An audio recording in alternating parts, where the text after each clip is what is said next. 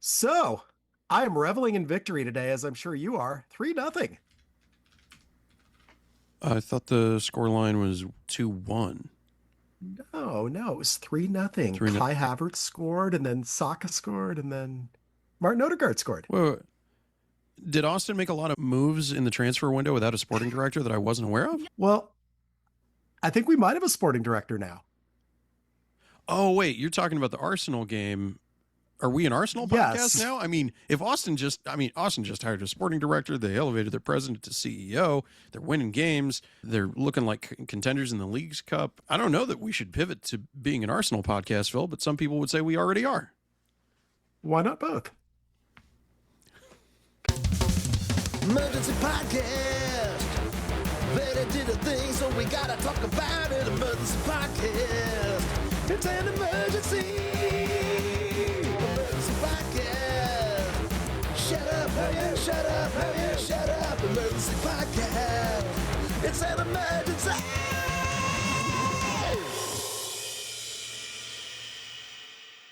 Hey, a hearty hello to you all, and welcome to Emergency Podcast, the Austin FC podcast, where we talk about all the Austin FC emergencies.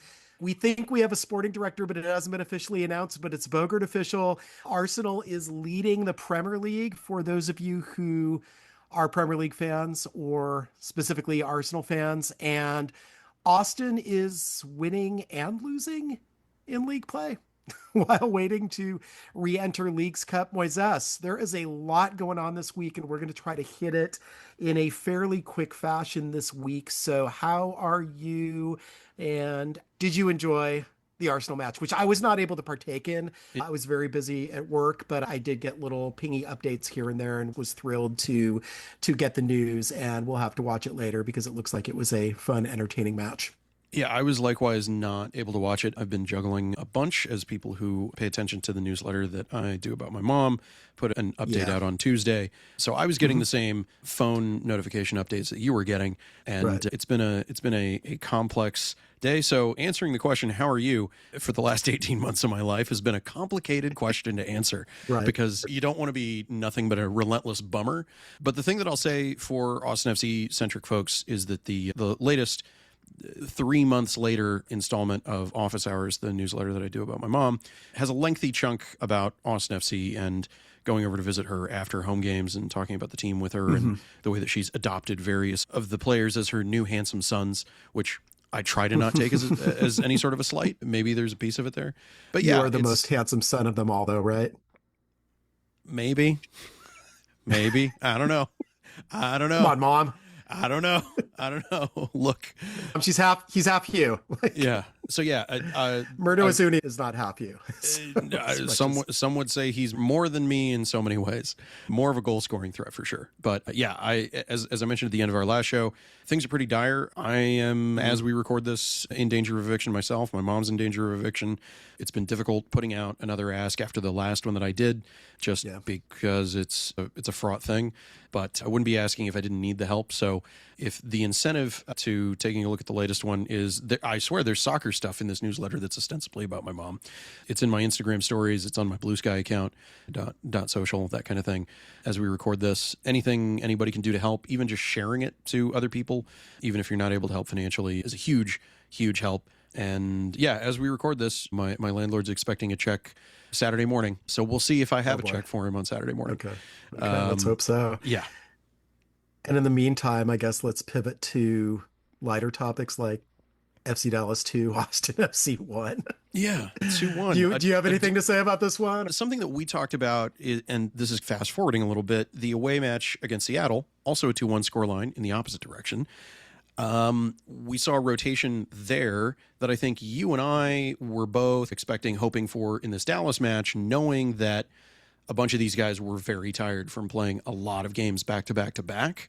And even though FC Dallas also had guys who had played games back to back to back, that additional day of rest after coming back from elevation in Toluca, I think did give them a bit of an advantage, rolling out guys who were similarly tired as the guys you would take to be Austin's top starters.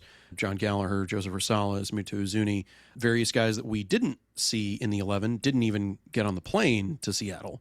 I feel like the way that I process that is I'm impressed that they did as well as they did, as tired as they were.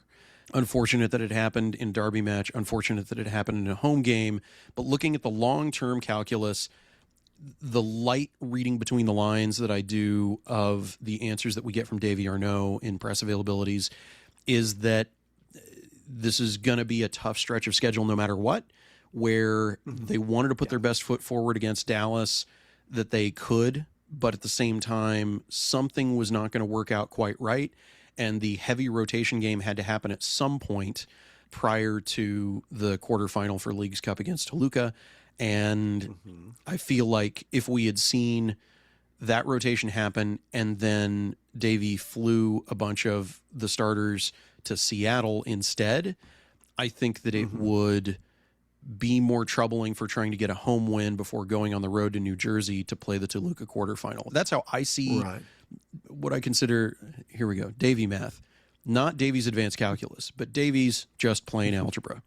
That's the way that I see the decision making was, do you do the big rotation against Dallas? Do you do the big rotation against Seattle?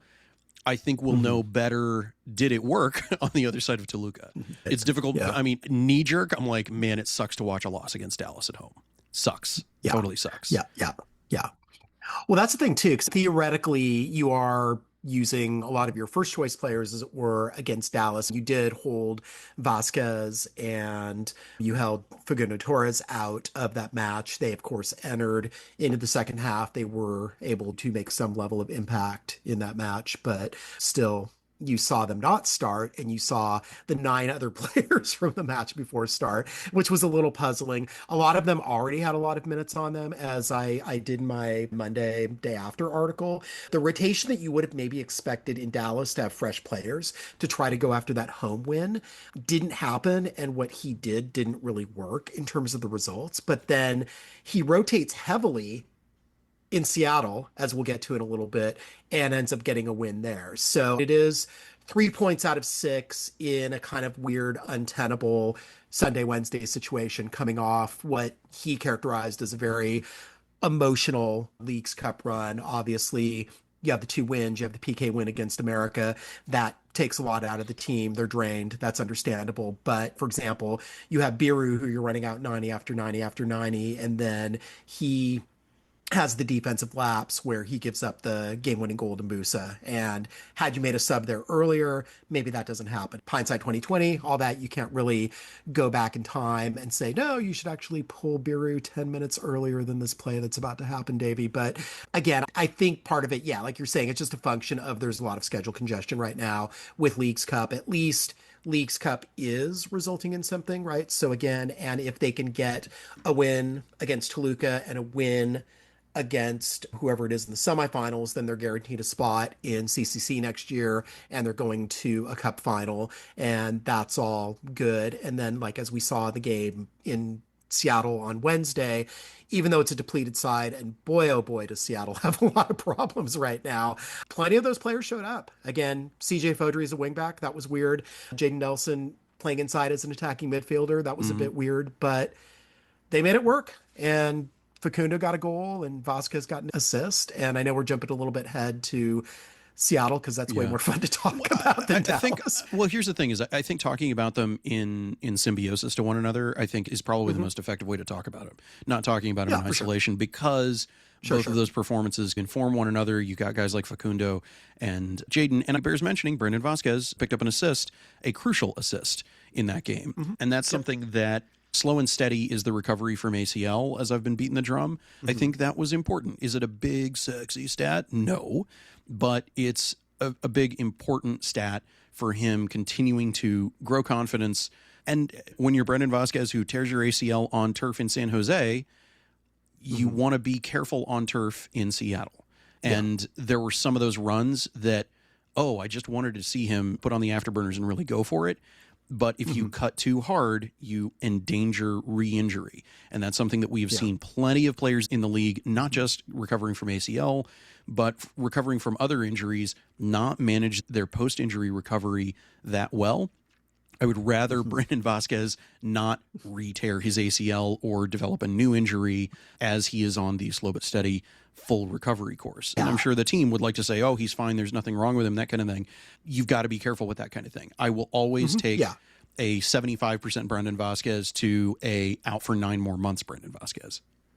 Right. Yeah. And that's the thing, too, because earlier in that game, you saw Jackson Reagan go down towards the end of the first half, which at first looked like it was an ACL, looked like it was really bad. It's just a hyperextended knee, apparently. He was able to go back into the game. He played another half hour, but super scary moment. I'm sure Brandon was having a little bit of flashbacks there at that point. So, yeah. And then you saw him almost be offside on the play that resulted in the assist. So, certain angles make it look like, well, maybe VAR should have taken a look at this one. I'm sure maybe VAR did. And then follow-up other angles showed, he was totally onside. Yeah. I wish that outsourced television direction truck in England, as it were, that is choosing angles and choosing what people are shown. I really wish they cared more about actively showing what people watching a given match would care about, rather than prioritizing the big marquee matches, basically anything involving Miami, Nashville, the top teams of the league. That's the production choices that MLS is making this season concern me, because we're seeing things that then when we see better, more representative angles of things, the discussion, the disagreement about what did and didn't look offside go completely out the window. The faith in VAR could be restored if we were seeing better angles, if we were seeing angles along the lines of what VAR is seeing when they're making those decisions. That would take investing the money in control room direction that cares more about this, rather than, well, you're an outsourced contractor just doing this. Moisés says, believe in Varlington. I'm saying believe in investing your broadcast resources such that people don't question literally everything that they're seeing at all times about your domestic league. But hey, maybe that's just me. Right. One thing I did want to get to from this match, though, we did see Jayden Nelson come in limited minutes. We saw him look really good, saw him out on the wing, and that, of course, that kind of continued over to what he did in Seattle. Didn't end up on the score sheet, but was definitely part of that win. We got some really, really interesting stuff from Jayden in the locker room. Part of that happened while you were in there. Part of that happened while I got to ask questions when I popped into the locker room after talking to Davy for some time.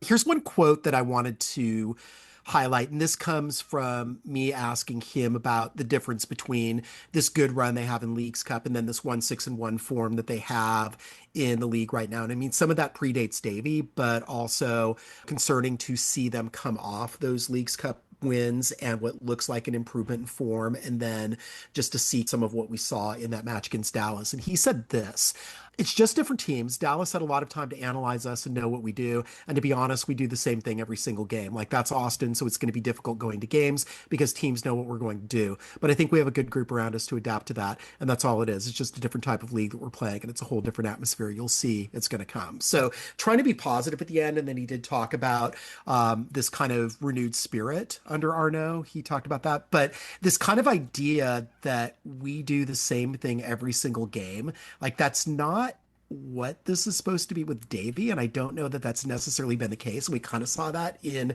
Leagues Cup, so I just thought that was a curious observation that he thinks that they're just transparently samey match after match. And I don't know if that has to do with thinking inverted wingbacks, inflexible, we're playing this way in league play, even though we mixed it up a little bit in Leagues Cup, and we're returning to this. I don't know. His quotes provide a very interesting dynamic. I think he has become this year's, or this half season's, Danny Pereira, at least, right? So that he's willing to kind of give us maybe a little bit more than we expect from players, and a little bit of a peek behind the curtain that maybe not everybody's jazzed about. But I thought that was curious. I thought that was interesting. And again, maybe the onus is on Davy to mix it up a little bit more, which, again, maybe Davy looked at the results and looked at the lack of rotation relatively from the America match, and maybe in that moment decided, I don't know if this was like preordained and planned and mapped out, or if this was maybe just more of an off the cuff, well, we're really going to mix it up. We're going to switch out 10 starters, including Brad. We're going to leave 5 players at home. We're really going to go for something different here. Jayden, you want something different? You're an attacking midfielder. CJ, you're a wingback. Go get him. And they did. So I'll say this about you keying in on that we do the same thing each time thing. Mm-hmm. To be clear, I'm not comparing you to Alex Jones, but there is a little bit of soccer info wars going on here. Well, there's a little bit of looking for something real deep from a soccer player who could have meant something the depth of which you were saying, that could mean all of those things.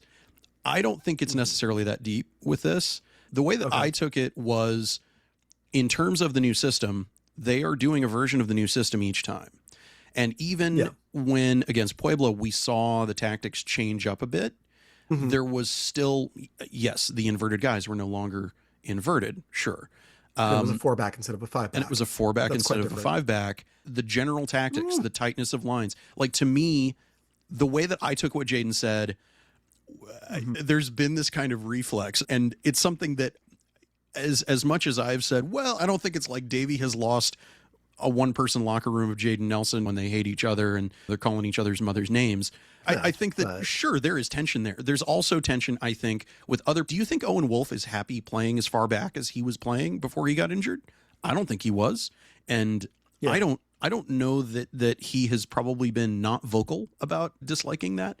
I'm sure that CJ Fodre is not vocal about the fact that he hasn't been getting playing minutes, but he probably has not been thrilled about it. The straight ahead stuff that we've gotten from guys like Brendan and John and others saying, look, the people who are bought in and are working at it, and people who are not bought in are benefited from figuring out how to get bought in, because otherwise they're not getting playing minutes. They're not going to get the beneficial transfers that they may want. They're not going to get the contract renegotiations that they're going to want, that sort of thing. Facundo even got into that a little bit 100%. After the match, right? He talked about needing to learn the system and these expectations of him to do more defensively than he's used to and things like that. His answer, and again, correct me if I'm wrong or elaborate on this, but from the Spanish, and it seemed like he was saying that essentially he's trying to learn these things and adapt to what Davy wants in terms of being more defensive, in terms of playing the style. But at the same time, he was like, basically, I got to be me. I still got to score goals. I still got to get assists. I still got to do offensive things. And he's trying to find that balance. And obviously, that's been tricky, looking at, again, 4-month gap between goals, but he did get one on Wednesday, and maybe goals beget other goals.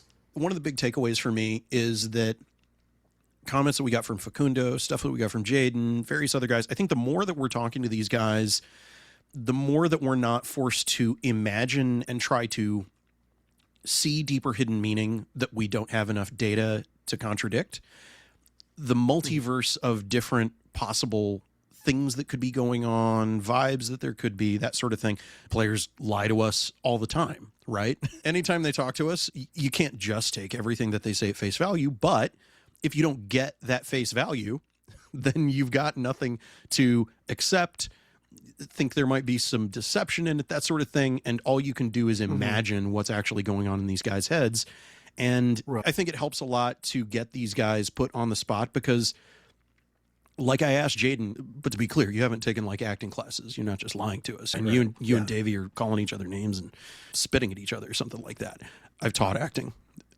Very few of these guys are very talented actors when it comes to representing a reality other than what they're feeling. It's one thing to try to read facial expressions on the field when they're upset after not scoring a goal, after running their legs off for 65, 90 minutes or something like that. But when it comes to getting them after a game when they're exhausted, it's a whole lot harder for them to put on the pleasant smiley, yes, I love my coach and I love everything about this club and I love everything the high performance department is doing and they're just so great, gosh darn it. Jayden to me is an incredibly talented player that many of us have been like, why is he not getting minutes? He is so good. Because in the few minutes that he has played, he changes games. When he and Poeta were killing it in that Seattle game, that was the promise that I think a lot of us have been wanting to see more of him on the field.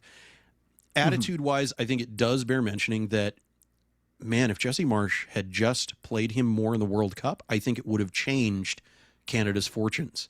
And I think Jayden coming back, and we saw it on camera, those of us who watched Canada's last match, there was a lot of deep emotion in his reaction to the end of that game. And I think it's completely reasonable and fair to the player to expect that he's going to come back from that World Cup feeling that he could have contributed more, and coming back to his club team where he's not getting played as much as he wants to, as much as he is passionate about being a game-changing player, and feeling a continuation of those feelings, and that leading to that aborted sub and what Davy identified as the wrong attitude, the wrong mindset. And I don't want to say that the coach is always right and put on my, I'm the club propagandist and I just love everything the coach ever does. That's not what this is. To me, that's a totally reasonable thing, is you've got to make sure that people are in the right mindset. And if Davy were ready to throw Jayden under the bus, he would have done that. And to his credit, he has not said a single thing that indicates anything approaching a lack of belief in the player. And I think that one of the things that I've enjoyed the most about the Davy tenure so far is that straight ahead, no, I believe in all of these guys. Even if they check out a little bit, I'm not going to stop being bought in and ready for these guys to prove me wrong, prove me right, however you want to frame it. And I think we're seeing the positive effect of that. Nobody is going to love everything that comes out of the coach's mouth every minute, and the coach is not going to love everything that comes out of the players' mouths every minute. But getting back to that neutral zone of everybody is on the same page and everybody's working toward the same thing, I feel like we're seeing more guys getting bought in, not less, even though the results overall have been up and down since coming back from the break. Yeah. So a couple things here. Part of what we're benefiting from in terms of the candor of the players at this juncture of the season is we're collectively, what the f is this? And I think they were probably collectively at the start of that, what the f is this? So everybody's trying to figure this out.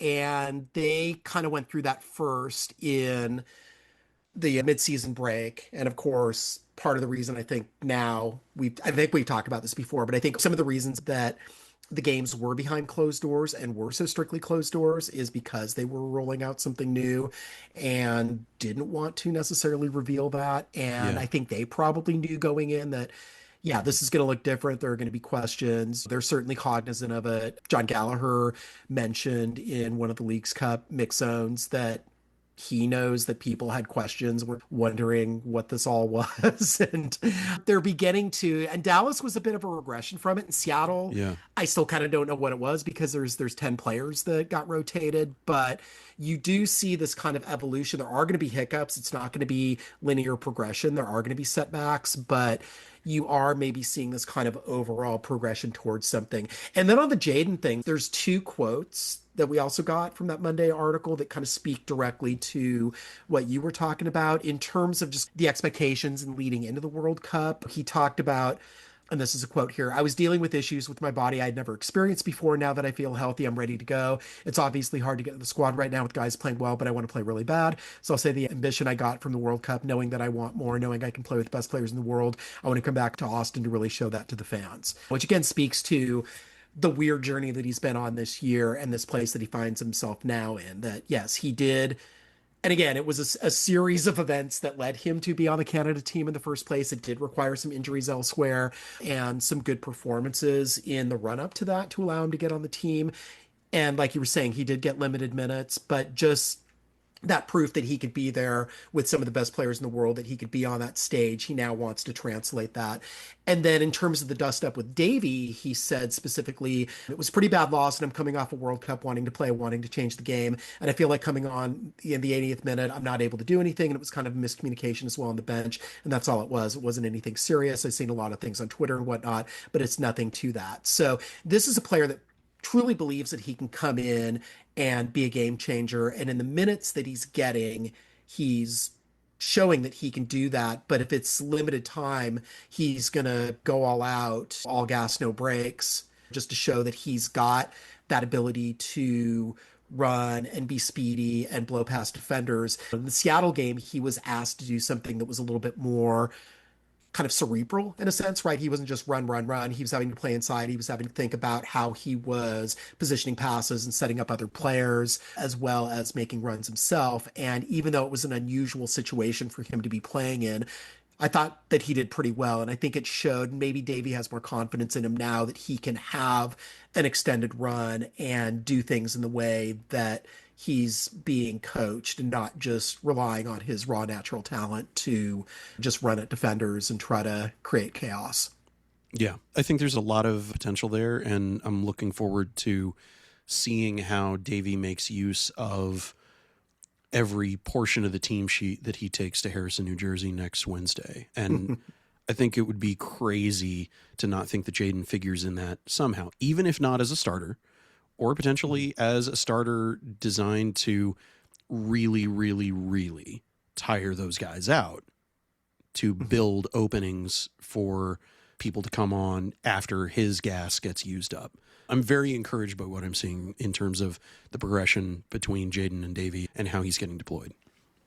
Mm-hmm. Yeah, me too. The Dallas game was a bummer, but yeah. I'm hoping it's a hiccup. If you put it alongside that league form, then it looks terrible. But now that you've got the Seattle match in there, they are 2-6-1 in their last 9 versus 1-6-1 in their last 8. And that's better. It's better. Yeah. It's progress. It's an improvement. And again, part of that is not on Davy. Part of that, well, Davy was an assistant, but part of that form was the Nico Roto era and involves that loss to SKC. So yeah, and St. Louis after. I don't know. I know you're just going to dislike this. I don't like setting the data point range that way. I don't think it makes sense to include pre-World Cup games in. I mean, yes, in terms of straight ahead last X number of league games, I just feel like even if you're going to take out the Leagues Cup games in terms of looking at form, because they're not representative, those teams are not used to playing against this team as other MLS teams are. I feel like the selective data points are not representative of the team's current mindset, of the tactics, because you're borrowing, as you said, the tactics from the Nico Roto era prior to the reset during the World Cup break. Yeah, under Davy, they've got 2 wins and 5 in league play. Yeah. But again, the Leagues Cup matches. Again, just deleting the 3 Leagues Cup games, I don't feel is representative of mindset, of ability to win, of ability to capitalize on the new tactics. So they're not league games. I don't think that makes them not count. Okay. Yeah, no, that's fair. And again, this is all qualified, and these are all various data points. And this is why we have these discussions. This is why we have articles coming in from a lot of different kind of viewpoints to talk about it and to sort it. But there is playoff math to talk about. And oh boy. Do we want to talk a little bit more about some playoff math right Do now? it. Let's talk about the math. Yeah, so this comes after Wednesday's match. We got into, despite the positives of the Seattle match, and despite the progress, and despite what's going on in Leagues Cup, they are still 14th in the West. And again, it's an amalgam of everything that's happened before Davy, everything that's happened since Davy came on. It's all of that taken together. And Davy said something that brought me back to the Josh Wolf era. So where he talks about this kind of formula for winning. Josh had conceived it very much in the same way. So here's the quote, and this is from the article that came out on Thursday morning in Verde all day. I look at points over the course of the season. I think if you can average 2 points at home over the course of the year, and you can average 1 point on the road, I think that puts you at 51 points for the season, which, yes, it does. Good math, Davey. Since the break, we're right at averaging 2 points at home. I believe we played 5 home games. We have 10 points. I know some of those are Leagues Cup, so they will not count the standings. But now we've played, I believe, 3 road games. It's our 3rd road game right now, and we have 3 points. So we're in terms of that average where we want to be. From a point standpoint, we're there. And then he goes on to say, obviously, for us to move out of 14th place, we need to go above that, right? So we need to continue winning home games. We need to get that average up in terms of getting results on the road. And that's the only way that we're going to move up where we want to be and closer to the playoffs. But we're still in this thing. We're still in it. And I think tonight puts us in a step in a good direction, which, yes, all that, absolutely. The concern, though, is that you've already accumulated less than the average that you're targeting at this point in the season. So you have to make those points up, right? So, and we're setting 45 points as kind of the theoretical point where the playoff line is. That varies some years. We're going to get into that. We're working on something right now that we're hoping to have up sometime here Saturday as you're listening, which is just looking into the crystal ball and seeing kind of what Verde might do in these final 14 games of the season based on how they're playing, based on who their opponents are, based on their opponent's form. It's not scientific. It's going to obviously fluctuate, but just getting a snapshot of everybody right now, trying to figure out where everybody's at. But to get to 45 points where they are right now, which is 20 points in 20 games, they need to play at a 1.79 points per match clip, right? So Philly is playing, speaking of taking selective data. Since Bradley Carnell left Philly, and this was, of course, during the World Cup break, Philly is now playing at a 2.6 point per match clip. So they have 4 wins and a draw in their last 5. And then we thought we were not going to see Kevon Sullivan. We are indeed. That red card was rescinded. So hooray. We get to see Kevon Sullivan, but also we get to see Kevon Sullivan. Hooray! We get to watch Irvin. We get to watch Irvin Torres play Kevin Sullivan off the field because I believe in Irvin Torres. I believe firmly we will see Irvin Torres in this match, whether as a starter or a sub. Right. Okay. Yeah. So, but the point here on the math is that they have to somehow get 25 points in 14 matches to probably be in the place where they're going to be, and just as a little spoiler, I think they get close to that. And I think there's a real good shot they could win their last 4 matches in a row. Just looking up how those line up, it's just everything that comes before that kind of concerns me a little bit, right? So the formula of getting to that 51 point mark and that idea of getting a point per match on the road, like Davy's saying, and this is refreshing, you can have 3 matches and you can have 2 stinkers and then have a win and you can achieve that. Where Josh, I think, ran into problems was he took that 1 point per match on the road literally and played a lot of those matches trying to get draws and was maybe a little bit too conservative, and playing for draws actually turned into playing into losses. So again, if you harken back to 2023, 2024, I don't necessarily want to take you back there, but that to me is a formula. If you're trying for 1 point a match, literally you may be getting closer to 0 points a match, right? So I respect where Davy's coming from in terms of the mindset, in terms of thinking about what it is that they need to do, but there's ground that they need to make up. And my concern, you're 14th in the West. Right now, the playoff line is with Portland at 27 points and 9th. So you have to leapfrog 5 or 6 other teams, and you have to make up 7 points or 8 points really, because also massive goal differential right now between Portland and Austin. So there's ground to be made up. It can be done. As we like to say from time to time here, it's mathematically possible, but whether it's probable or not, again, is a question. And if you look at some prediction numbers and things like that, not prediction markets, but just predictors in terms of making the playoffs versus not making the playoffs, Austin has pretty slim chances right now if you're just judging through those. But again, this is why they play the matches.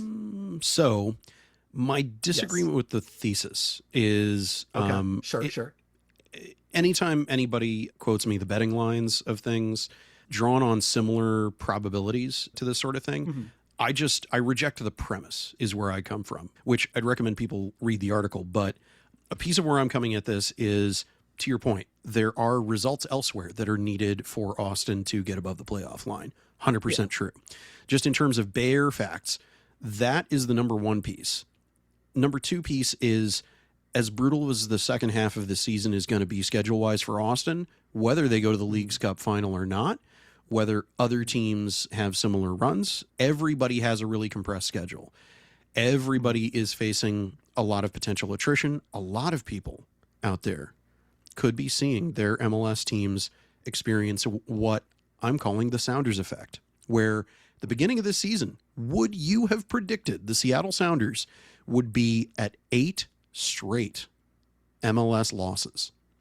Oh, you would not. No. And again, there are surprises up and down the table each year. I mean, that is MLS. Yeah, by the way, I'm not going off betting sites here. I'm going off playoffstatus.com, which is just a week by week conglomeration of everybody's chances to do things. Right now, it's got Nashville SC as MLS Cup winner favorites at 32%, Whitecaps at 23%, LAFC at 7%, Inter Miami at 7%, FC Dallas at 6%, and Austin's at less than 1% across the board to do everything, which includes making the playoffs. So. Yeah.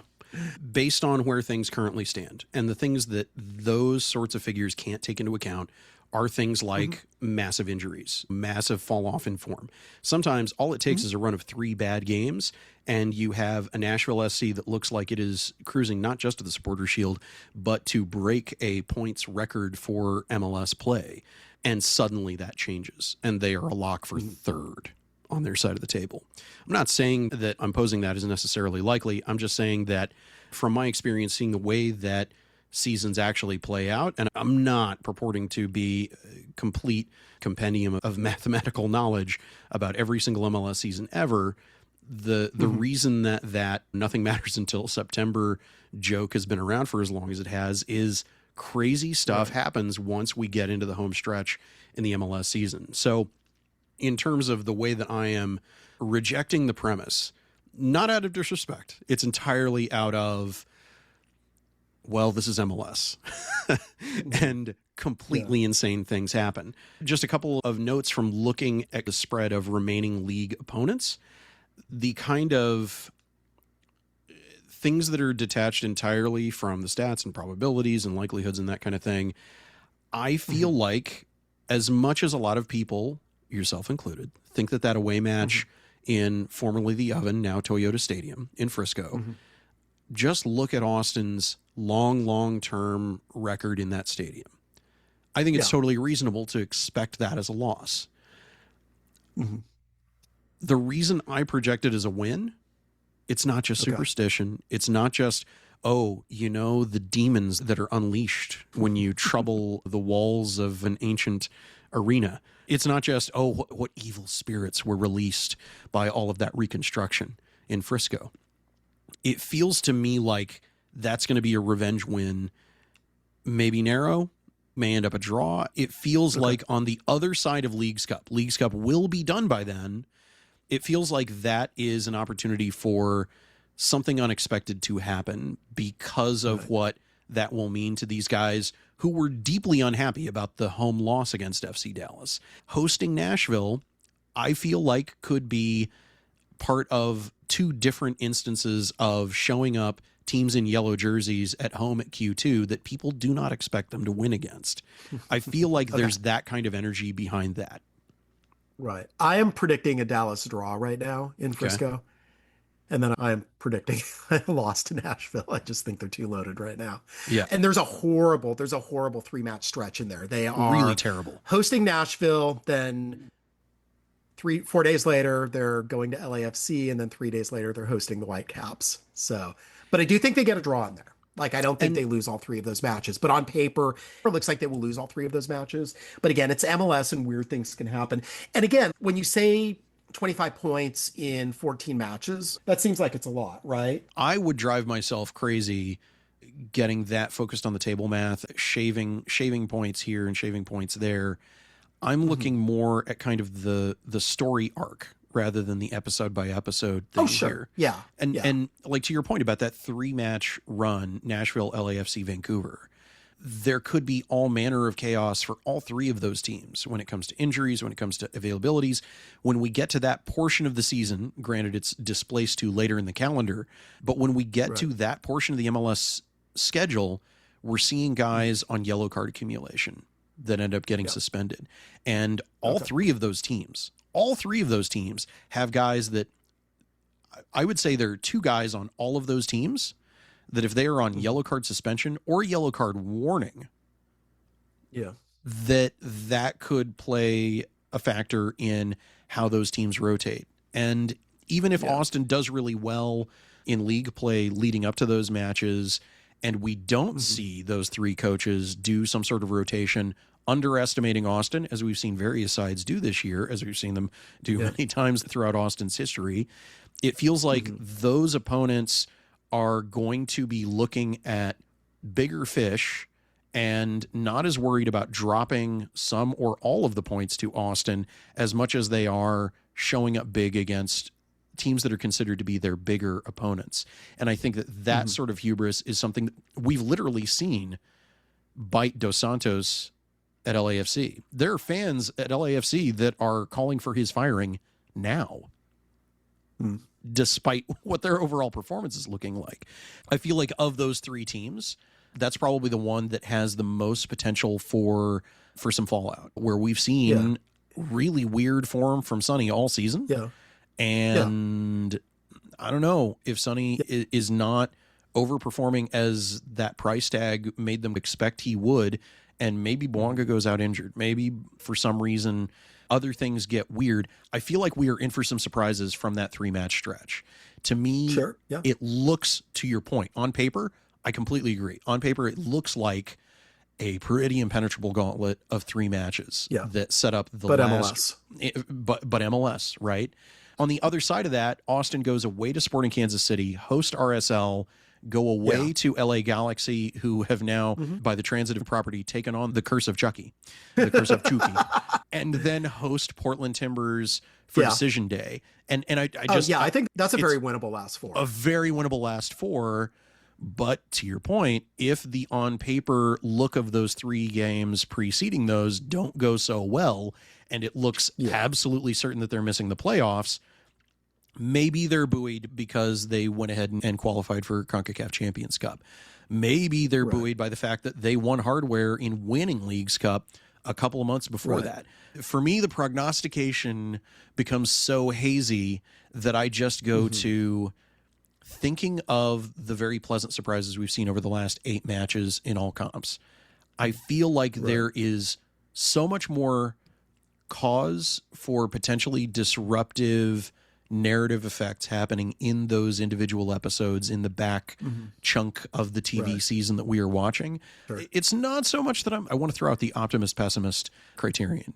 I think there is so much more potential for something interesting happening, whether it is breakout performance by guys that have had trouble finding form, whether it is a sudden surge of goals taking Mirto Uzuni into the Golden Boot conversation. I don't think that's unreasonable to think is possible with the amount of games that there are left to play. What is there to play for? Bragging rights is one thing. Embarrassing other teams is another. And we've seen it get into teams' heads, not just the League MX teams, where it's, why is Austin doing this well against us?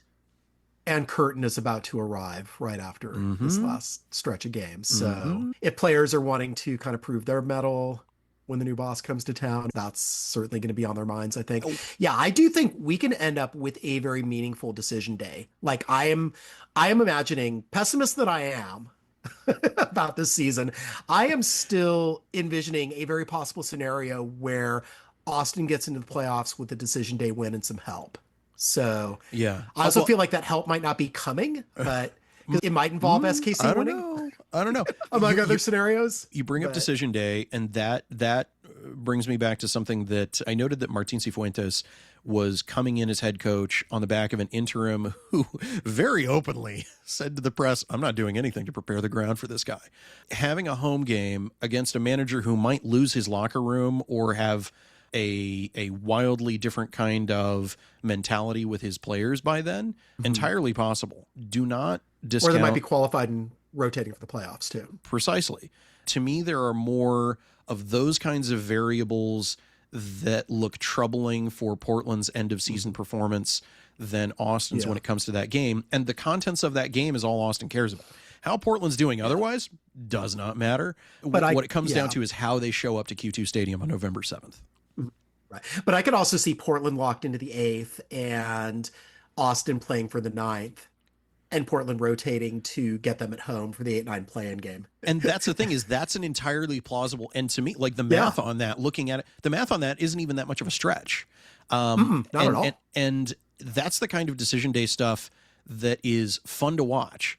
I would feel better about Austin not having to play for their lives and having to necessarily have a demoralized home loss at the end of a season or something like that. I don't want to see that because that's not fun. But I do want everybody to have something to play for on the last day of league play. Yeah. For narrative, it's fantastic.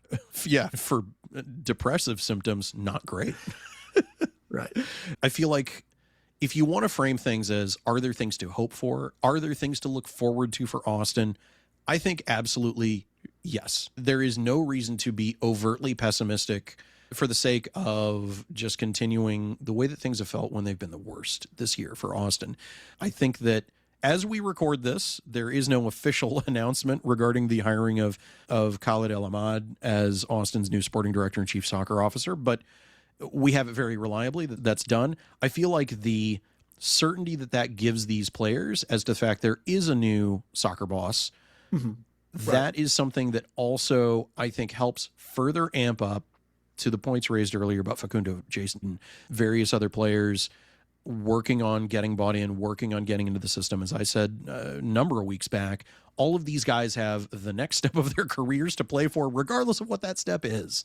And I think that more certainty of, okay, there is a guy in place to strike these deals.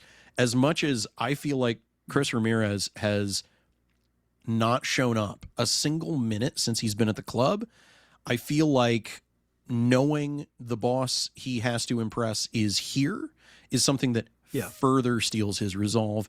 As we said previously on the show, the biggest no-brainer is you've absolutely got to re-sign that guy because things are working with the setup that they've got in the forwards. And there's no reason to disrupt that. There's no reason to disrupt anything that is working, regardless of what we're looking at happening in the winter window once Jim Curtin is here in December on the other side of a theoretical potential playoff run in advance of the sprint season. I feel like one of the best things, motivation-wise, that we can be looking at is the official hiring of the sporting director having happened here just before the transfer window closes. Minnesota is losing the guy who is in charge of that, according to what some people have reported as a bit of a surprise to Minnesota, which that's what you get when your front office doesn't want to spend. And credit to Mike Cragnola, he did the math, so I didn't have to. The budget that Khaled El-Ahmed had at Minnesota United from 2024 to present is entirely encompassed in what Austin spent on Jasmir Tuazuni and Brendan Vasquez. When you look at the thing that hamstrung him as being that budget, and you've got him in a front office that we are given to understand from things that we have gotten on background and off the record that people in Austin should not be worried about Austin's interest in spending. You look at these new minority stake owners that came in that work in very data-driven businesses. You've got a hire like Dean Costellas that is very analytics and data-driven. You're providing people with the tools that they need and the funding to make use of that data to the most effective way possible. I do not foresee Austin cutting back on spend in anything remotely resembling a substantial way because the stated intent is to perform, not just be a tax write-off like some teams we've seen in MLS treat their franchises. I think that this hire, the reason I'm excited about it is that it's not exciting in a superstar name brand conventional sense. It's exciting in a connecting piece in an organizational rework that was part of the stated intent in the press release about Andy Loughnane moving up to CEO. You're seeing a thoughtful rework of the club 6 years in that is not pushing the pause button on significant spend, because to really compete, you've got to be competing with LAFC, with Miami, with Chicago, with these teams that are making the big spends. You combine that with a smarter, pragmatic way of doing the spend, and you're setting up for success. You have a chief soccer officer coming in, unless something radical changes or the well-informed reporting is off, that looks like exactly the kind of connecting piece you want for a Jim Curtin, who came into conflict with the chief soccer officer, sporting director he had at Philly. You want a Jim Curtin who is ready to play, who is, from that press conference, they didn't send Jim Curtin to acting school. Everything I read was this guy is ravenously hungry to go at this league, a league that he has cracked open, that, look, he had guys out in COVID protocols in 2022. Imagine a full-strength Philly against that LAFC side in 2022. And even without those guys, they put up one of the most incredible MLS Cup performances I've ever seen in the 25-plus years of the league.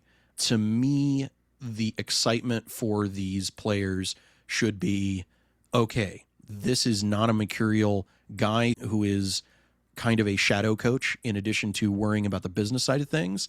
This is a guy who is there to have it proven to him that I want to stay here, or that he is going to get the absolute best dollar amount transferring me out that he can to a place that is going to be good for me. I think the future is bright, both short-term and long-term. No doubt there are going to be changes. No doubt there are probably going to be fan-favorite players that will see their way out of the organization.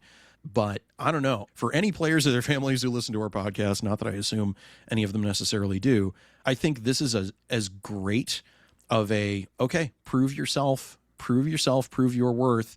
It is entirely on you that they could possibly be hoping for. Yeah, I'm excited about this too. This is not somebody that we necessarily had on our radar, but No.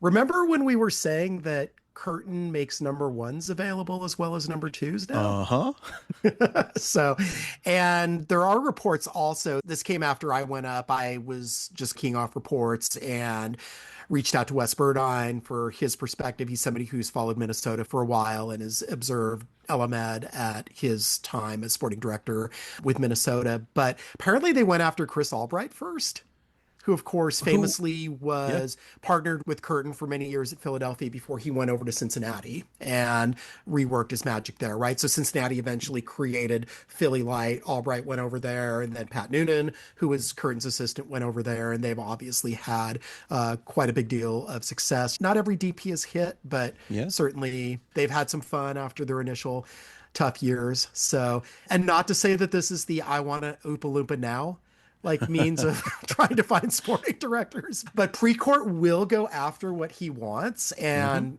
I really do respect that he went for it and tried to go for Chris Albright, if indeed those reports are true. And then in El-Ahmed, he got somebody who has a good deal of ambition, even with the money that he got. I mean, he brought Eric Ramsey in, and that was an unconventional move, but that was interesting, and that worked until it was working. Ramsey had aspirations to go back. Yeah. Wasn't the most fun soccer, but it was an out-of-the-box pick, but it was inspired. You know, you hire relative to the roster that you have, and Eric Ramsey did some impressive stuff with that. Like, full respect to the guy. You mentioned the Chris Albright thing. That I would just say for context is in this kind of a search, I think a lot of people are like, oh, well, they couldn't get Chris Albright, and therefore we got this guy. Oh, second choice. Don't assume that just because they went after this one guy, we're given to understand that there was also probably, and this isn't entirely speculative, it's somewhat informed, there was definite interest in seeing if they could get Garth Lagerwey. And just because they pursued people, you don't want to just... Anthony Precourt didn't make his money making just one bet.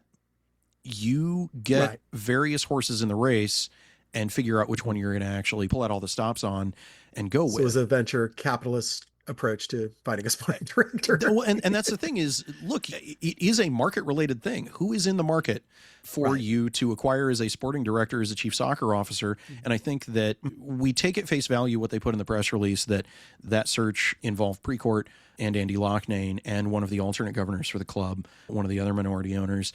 And in reformulating the way that their org chart works and the way that the leadership structure works, you're looking for Chris Albright, I'm sure, would have been a solid sporting director, but if Cincinnati wasn't going to let him go, that's one part of it. But the other part of it is on all aspects of things, when it comes to everything that they considered, I think that when they officially announce Khaled El-Ahmed, we will get some of this is where this thinking is. What we saw in that press release about Andy getting promoted to CEO, I don't want to keep banging the drum for, oh, well, look at these guys. They're such geniuses or something. But the storytelling of the way that they put these things out there, they put the coach hire out there. They said, look, this is who we want as our coach. And this is a coach who was one of the best coaches in the league that many people, I think both of us included, think Philly were crazy to let go. Similar kind of thing where we're like, Seattle going through the adversity that they're going through, none of it's because of something Brian Schmetzer's doing wrong. Brian Schmetzer's doing the best he can with the horrible hand that he's been dealt. To me, what encourages me the most about this next phase of Austin is the storytelling that we are seeing around it, not as propaganda, not as inflating egos and that kind of crap. To me, there is purpose-built messaging around this that also is very easy to take at face value as this is the thought process they're going through based on mistakes that have been made, based on big spends and big moves that they have done in the past, where I'm seeing Austin learning and other clubs are having to blow things up and start over from scratch in various ways. You don't see an Ethan Finlay promoted to a director of strategy role. What that means, I don't know. If you don't have a front office that is focused on building of long-term relationships. Ethan Finlay, who I should mention, has still not officially retired as a player. Who knows? We could see him figure on decision day. I'm kidding. But you see those long-term relationships and long-term thinking and long-term planning with this front office that, as difficult as the most difficult times thus far in the 6-year history of the club have been to endure for fans, I am encouraged by the willingness to learn and the willingness to move forward in a purpose-driven way. I think the future's bright, and I think this hire signals yet more of that. Yeah, I do too. As people are listening to this, on game day, 4 p.m. at Hop Squad and Kramer's. Kramer's, the air-conditioned cocktail bar focused on mezcal, right in the same building as Hop Squad. Yeah, it is. Los Verdes is hosting a drag show in honor of Austin Pride. And at the game tonight, as you are hearing this, there will be a tifo celebrating Austin Pride. I cannot divulge the details other than that, and that artist Stephanie Torres, the just former president of Los Verdes, a queer woman of color who grew up in Round Rock, is celebrating some really important Austin heritage. One of the things that is in an article that I will have time to go up when the tifo goes up, one of the things that has been most fascinating to me in watching the growth of the Austin fan base is that in these tifos, we see people telling their stories, the stories of the city and the community of Austin and the history of the club. This is a particularly special one from the storytelling side of things, to the point I was just saying about the club and the corporate side of things. I think it's really great that even in times of adversity, even in times when it's been difficult to see engagement from fans and people putting in the volunteer hours and that sort of thing, there are, as always, yet newer aspects to this one. A lot of different cutout pieces that are more technically challenging than you would necessarily know. But watch for that article in the newsletter that'll drop before Phil's At the Whistle here on Saturday night. Nice. Okay. Happy Pride, everybody. And we will see you at the stadium. And next time we talk to you, we'll know if Austin's also going to the League Cup semifinals. So did not do any Toluca previewing, but we'll try to get something in also before Wednesday's match at Verde all day, just to prime you for the match in Harrison, Toluca's spiritual home in the United States. This is the best Austin FC related thing you've heard in the history of 9 years I've been on this planet.